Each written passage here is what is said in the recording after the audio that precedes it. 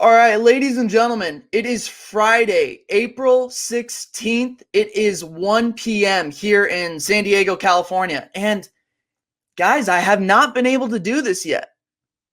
My first reoccurring guest onto In the Fight with Bo Templin. He is a former WEC champion.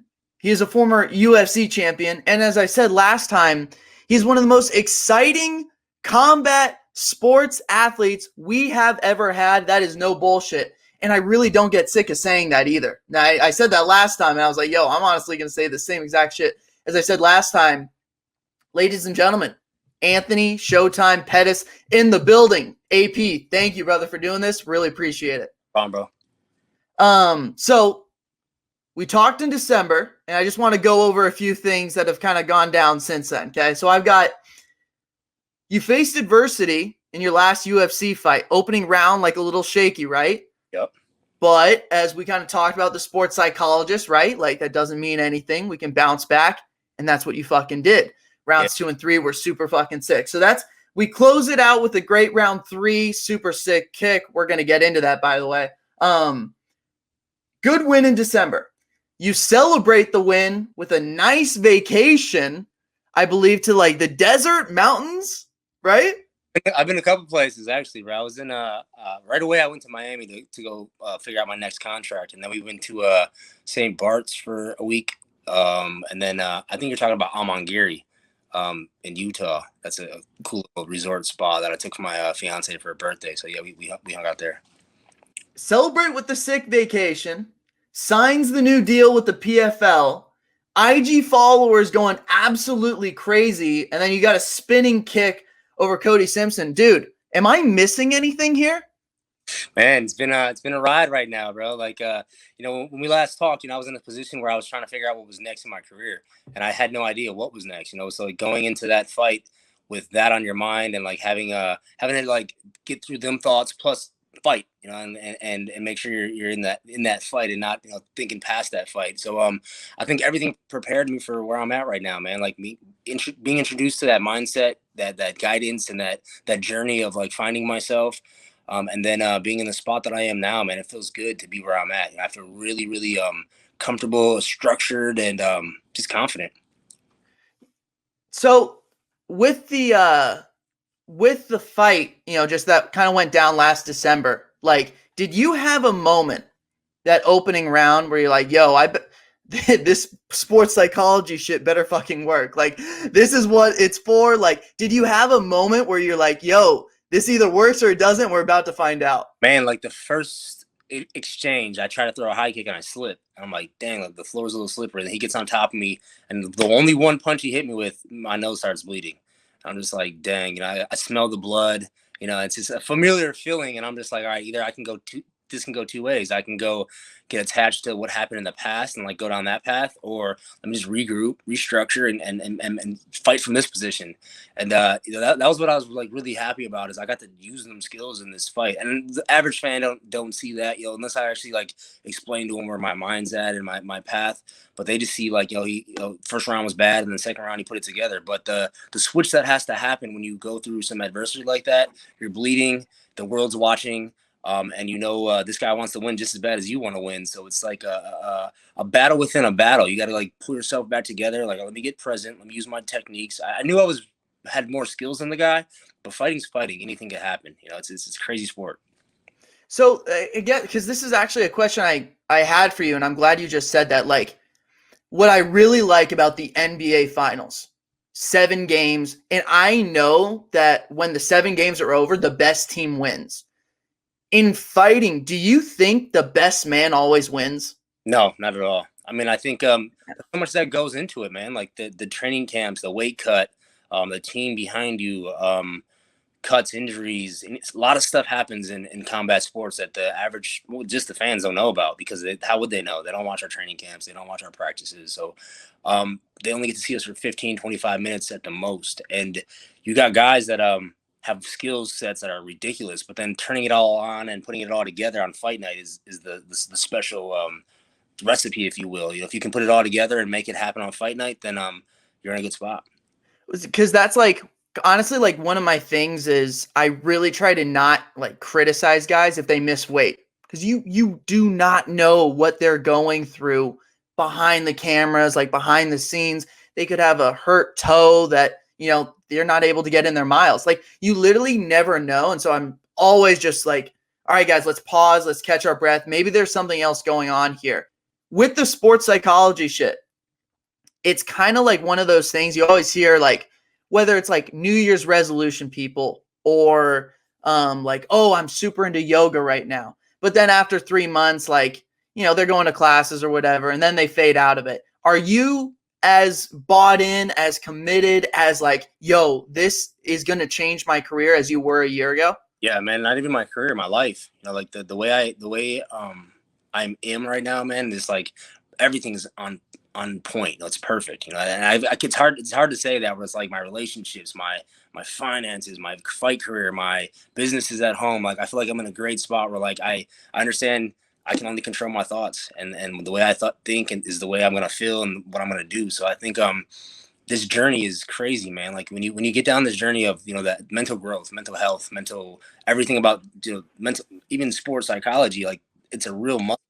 Like if you can flex that mind muscle and you got to do it every day. It's not something that you can just be like, all right, I'm gonna try it in a fight, and then if it works, like I'll do it next fight. No, it's like something you got to practice every day. Like when I meditate now too. Like when I meditate, getting my thoughts, like my thoughts, you get 70,000 thoughts a day, and it's so hard for your mind to be like, all right, let me pull myself back to this present moment and then do what I'm supposed to be doing to whatever task I'm doing right now.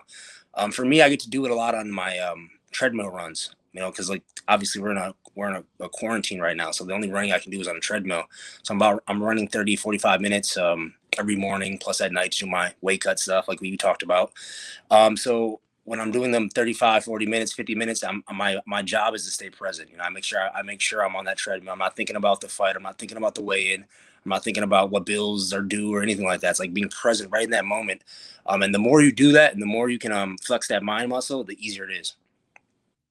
During these media weeks, like you're now like the face of PFL or whatever, right? Like huge name, signee, first debut fight for the company. You're trying to stay fucking focused. Like you're trying to stay locked in. At the same time though, you don't want to give like dull answers to media. You don't want to be a dick or an asshole to anyone who's like trying to like hype up or promote the fight, maybe for your benefit even. Do you ever find yourself like, dude, I got to turn it. Fuck. Okay. Now I got to be ready for the camera and like almost pretend to be excited. Whereas like the reality is your focus, or how do you balance kind of like the focus with the entertainment of media week? Great question, man. Gratitude. I think if you come to a place like this, man, I could man, I'm here 17 days. I could have found a million things wrong with why this is not a good way for me to fight this next fight. But if you just practice gratitude, it changes the whole mindset. I'm like blessed to be in this position, blessed to be the face of the PFL. I get to do these interviews. I don't have to do these interviews. Like things like that really shape the way you feel and the way you act. And I think if you're authentic and you're interested in what you're talking about. I mean, I'm passionate about fighting. I gave my life to this sport, and I'm in a spot now where I get to grow a new company and be the face of it. So definitely blessed. So we can talk a little bit about there. We can kind of head this in two different directions. But so your bout with Clay, and he's been bouncing back and forth between like boxing and MMA, which kind of funny enough, we can, discuss that here in a little bit as well. But you see that happen, and you see guys like sometimes struggle with the transitions back and forth. Connor, everyone was freaking out. Oh, Connor's preparing for Manny Pacquiao. That's why he takes the Dustin fight. Then in the Dustin fight, he's not checking leg kicks. And that's just like, that's what the average Joe is saying. I'm sure there was a lot more to that fight that you saw than, what we fucking see at home. But do you see any potential holes in Clay's game because of the boxing heavy stances or mentality? Like, is this something you get excited that you're going to get to show off like the kickboxing? You know what I think? When you have more weapons to use, obviously I got kicks, I got knees, I got punches. Yeah. PFL, you can't use elbows, so you take away the elbows on that spot. But I have more weapons, I have more tools, I have more experience. I feel like with a guy like that, he's dangerous because he has nothing to lose, and he's fighting. You know what I'm saying? So it's like he wins this fight, and he's in a different position than he was ever in. So that makes me feel motivated, hungry, ready to get out there and show what I'm good at. At the same time, man, I understand like I can't go fight this dude. I have to like bring him into my world. I have to bring him into my game. I have to make him make him feel uncomfortable. So like if I go out there and I put my hands up and I put him in that boxing zone, he's gonna feel comfortable. He's gonna try. He's gonna feel good out there. My job is to make him feel uncomfortable the whole time. Fight him at a range where he can't punch me and I can kick him. So with the no elbows like dynamic of the PFL or whatever, is that like more incentive for you to keep like greater distance? Because like obviously if you're doing clinch work or like, the Greco-Roman like dirty boxing, Randy Couture stuff, like if you're close, like there's a benefit to using the elbows or whatever. But for you now, like are you going to try and maybe even keep more distance because you can't use that stuff? No, because I think for me to get to my wrestling and my jiu-jitsu, we have to be close. And he hasn't. I mean, he's not on my level when it comes to the ground game. And I think he did a lot of interviews and he's saying like he expects me to shoot a double leg and shake him down on the ground. I'm like, this guy must have not watched my fights because I usually don't do that unless I want to, unless I'm like really in a spot where I'm like, all right, let me just get some confidence going. But against a guy like him, man, I'm just gonna use my whole toolbox. I'm not gonna go out there and be like, all right, just because he's good at boxing, I can't punch. Like I'm using my hands, my kicks, my knees. I'm gonna go for shots. I'm gonna make it an MMA fight. Make him uncomfortable. Take him to the deep water if I have to. But I feel like my style is just so unorthodox. The angles my kicks come from, the combos I throw, you can't prepare for that. It's hard to train for that. And when my mental is on right, man, I'm just building off of that. I'm coming off of 2 wins. It's been a while since I had 2 back to back. Coming to a new organization, main event. I got a lot at stake here. I think we'll just keep it hush. Like, let's let him think you're gonna shoot double legs early, or like, you know what I mean, like a double leg takedown. That's fine. If he wants to think that, he must have forgotten the nickname and how you kind of got it a little bit, if that's the case. So let's talk boxing here, okay? Yeah. Rumors had it that De La Hoya, is making his return. He is. Your name was mentioned, and now Eddie Alvarez's name is the like main one that's being circulated. Yeah. When were you approached about the possibility of like a De La Hoya bout?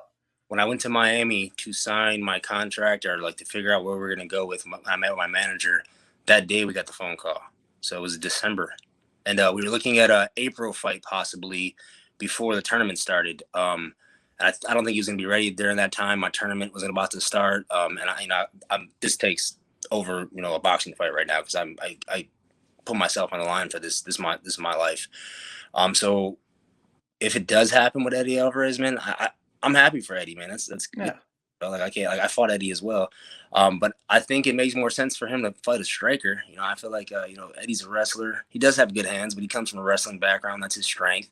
I think Chuck Liddell was mentioned, but I mean Chuck's a little big. Yeah, he was mentioned as an opponent. I mean it could be rumors too. That's just like something that was going on. But I kind of gave that up after we for sure didn't happen, and when it wasn't going to happen in April. My season started, and I'm like, all right, so I'm pretty much booked until October. I literally have 4 fights back to back all the way through October. So I'm in season right now, which feels good, man. I never could say that before. It was always like, I don't know when my next fight is. It might pop up in 2 weeks, 3 weeks. You never know. But this organization runs it as a season. So like the PFL has 2 preseason fights, a playoff fight, and the championship fight, all within like 6 or 7 months. So my life feels really structured right now. There's no like strategy change knowing that you're going to fight again in a little bit. Cause like, when like the Ultimate Fighter goes down and you're in the house the whole time and you got to fight again in another 2 weeks or whatever. And you have to make weight again in another 2 weeks. Yep. There was a reason the same type of fighters won the Ultimate Fighter over and over. Like you had to be good on the ground because the guys who got into the wars wouldn't make it through the entire house. Yep. Is there a little bit of that with the PFL season? Kind of, it's just less. It's less of opponents. There's 10 guys in my division. I'm only going to fight 4 of them. So like, if I think about like everything everybody's good at. It kind of changes like the way I approach it. But me and my coach, we were like, you know what? Because I come from a taekwondo background, so I've done the tournament circuit. I've done chasing points, and I kind of feel like I'm doing that again, like chasing points and being structured. But the thing that changes the most is the preparation, because you can't give everything like I used to do in my fights. Like, hey, I'm gonna kill myself for 2 months and then I'll have a month off. Like this time, that doesn't happen. So you kind of got to like balance how hard you're pushing your body, what skill sets you're training. Just really structured, man. Like I have such a great practice schedule right now. It's like I can do this for a long time. Like it feels good to be in that spot. And then as well as the mindset going into it, because you are chasing points. The way it works is if you win first round, you get 6 points. So you get an additional 3 points plus the win points. And then if you win second round, you get 2 points plus your win, so 5. And the guy who has the most points at the end of the season, that's how their placement works in the playoffs. So there is incentives, instead of like a knockout bonus for 50K, I win this fight, I'm guaranteed my spot for the finale. And the winner of the tournament gets an extra $1 million on top of everything else. Which, like, it's pretty fucking badass. Like, and they're definitely taking care of me very well. I can't complain about. I won't complain. My contract's amazing. So, like, on top of that, it's the chance of winning an extra $1 million. It's going to be a fun year. Can I, and don't answer if like you're not even remotely comfortable answering, but I'm like, because like the moment you won the fight, I was like, all right, got the W, looked good in it in December. Like, there's going to be people who want him. What was the second most likely organization that you would have ended up with? I don't know, man. It was the top 3, obviously the Bellator, the ONE FC, PFL, and then obviously I'm coming from UFC, so yeah, we weren't going there. But my little bro's at Bellator. I like him being by himself over there. I feel like he has a home there. He's about to fight for a world title 2 weeks after I fight, so big month for the Pettis bros. But ONE FC's overseas, so that's why I was like, you know what, this one's here in the States. It's a tournament style, and that's kind of what prompted me to like negotiate these talks even more and like get better with that. And then the way they approached it, man, honestly, they approached it like a partnership, and like asking me what I wanted out of my fight career, where I'm at. Like it wasn't just like, hey, this is your contract and show up and you're gonna get, this is how much you're gonna get. It was like more of a incentive for like, hey, we have broadcast, we have an ESPN platform, we have the opportunity for sponsors, we have a lot of stuff that was like incentives on top of what they're already paying me. Have you decided, like, I assume your sponsors are decided for like your shorts and stuff. Did you have to negotiate all that once you left the UFC? No. Well, I have an agent that does that, but yeah. So he went out and found the sponsors that are willing to take this platform. And honestly, this company has made some big moves, man. I mean, they signed some big names. I'm excited to see what happens. What kind of views we can get. And I'm kind of taking it on my shoulders to make sure we get the views. I got to go out there and create a world star top 10 moment. And I love it. When the pressure's on me like that, I feel like that's when Showtime really comes out. Dude, you got me a little fired up right now, dude. I'm feeling it right now. Okay. You mentioned your bro. What is something that he does better than you in fighting and in life? And then what is something you do better than him in fighting and in life? Serge is such a calm dude, man. I don't think I've ever seen him like get out of his character. Like even when he fights, he's so technical. Like, even if he gets hit in the face, he doesn't like break his game plan. He just stays at it. And that's something like, so it's funny because in Taekwondo, we all grew up doing Taekwondo. Serge is the only world champ out of all three of us. My older brother does it as well. And the reason why is because he had this clean structure, because Taekwondo is point sparring, and he would never break from that structure. And he kind of lives that way too, man. He's like a simple dude. He has nice things, but he's just like a very structured dude, man. Like he doesn't need to like do crazy things like I do. Like I feel like mine's like chaotic. I thrive in chaos, where he loves the structure. Sure. Okay, so I need some help here.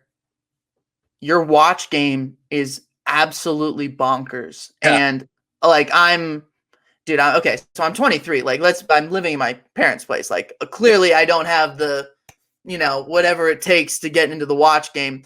Can you rank your 3 favorite watches that you have, and then like explain a little bit like why each one is, is it just aesthetics or name? You know what? I used to buy it for aesthetics and name, but now it's more of an investment, man. Like watches don't really lose their value, especially if you don't like put diamonds on them and make them all crazy. Like this is an Audemars, something that's gonna keep its value for a long time. I think as I grew up and understood like jewelry and investments and stuff, don't it's not good to buy the blinged out crazy watches and you lose money on that. I lost so much money on that growing up. I've been in the game since man, 12 years now. I've been making money and buying watches and trading jewelry and figuring, doing stuff like that. Once I learned about investments and stuff, it's kind of stupid, man. Don't buy no watches. You don't need to. Like, unless it's really going to be something that you really, really want, it's more smart to put that money in some investments and get that money back. And you're building wealth opposed to just looking flashy. I mean, now you're making me ask this, but dumbest purchase you've made, during your early days? And so many dumb purchases, bro. Honestly, the most dumbest thing I wish I could take back is the club nights, going out to the clubs and spending like thousands of dollars just to sit down and drink alcohol. I stopped drinking for a while back. So like now, like actually seeing it from this vision, and drinking's fun, man. It's not taken away from anybody. If you can do it and you can control it, and it's part of like your life. That's nothing against people that drink, but like me sitting on this side and seeing what I was doing, I'm like, man, I was just throwing away money. College funds and vacations and experiences I could have gave my family in one night at a club for no reason. Yeah, I'm like, it's a weird balance because I do think like I'm a social person, but like I'm not really a club guy as much. Like, not really as much my scene. I would rather spend that money and go sit like front row at a like Laker or Clipper game or something like that. Like for me, that's more fun. But Definitely. I know what you're talking about. My career, where I was at, I was young, bro. I won Yeah. 21 years old. I won the second bout at 23. Got a lot of money given to me at a young age, and bro, I grew up poor, so like I thought that was what success looked like, and then now that I'm down this journey and I see real successful people and people building wealth, that's the wrong vibe. Oh, it might be a good thing that like I'm not where you were at 23. It might be a little bit of a good thing, a little bit of a blessing in disguise. At a young age, so that's what I'll take that from it. When I was spending dumb money and I wasn't like getting the advice, I learned that at a young age, and I made that change, man. And now I'm in a different spot where like I'm not impressed by that kind of stuff anymore. Yeah, Definitely, well, still, but when we talked, I was telling you like, dude, I was watching you when I was like 10 or whatever. You're like, you're making me feel old. I'm like, well, dude, it's not though that you're old. You just literally started so young, younger than anyone else I know. yeah, man. I started my first pro fight was on my 18th birthday, and then I got introduced right quick to the WEC. So my name was popping on, from the WEC. I did the Showtime kick, and I was like 20, 23 years old when all that happened. And then I went and go to the UFC, win that belt. So I had a blessed life, man. This game, and I gave my life to this game. Like mixed martial arts is something that man, I gave so much to it. I missed so many life opportunities, birthday parties, just the works, that I've really invested in this career, and I'm happy where I'm at now. Can you rank your three favorite strikes that you've landed in a pro fight? Three favorites: the punch I hit Wonderboy with. Oh, that was so clean, man, and he was giving me some frustration, just kind of his range and the way he moves and stuff. So the punch I hit Wonderboy with, obviously the Showtime kick, and I landed that, and that's crazy that even happened in the title fight. And the last spin kick I just threw, because I was working on that. If you watch my training stuff, I threw that, and so does my little bro, that low kick spin hook kick. So that was another good strike. Okay, so I like we got to do this, and this is something I kind of do with guests. It's like walk us through the kick from December a little bit. Like, from our perspective, we see just like average Joe, we see Alex like starting to slow down a little bit, right? Like the first round went, the way he wanted it to or whatever. But by like round 3, momentum was starting to build like in your direction. Mm-hmm. Can you walk through like a subtle detail that us at home miss, or like when did you see something that you're like, oh, okay, I'm going to be able to land this, or I'm at least going to give it a go? Yeah, I knew I was gonna land it actually. I switched southpaw, and then I was playing that glove touch with him, and I was literally holding his glove, and he didn't know what to do. So I found my range right there. So once I can control that range and that distance, and the only reason why I didn't do that in the first round is because I tried to do that jump kick right away and I slipped. So like And then when I got on top of him, I'm like, man, I could have reversed him the whole time. So it's crazy, like when you play these fights out at every level.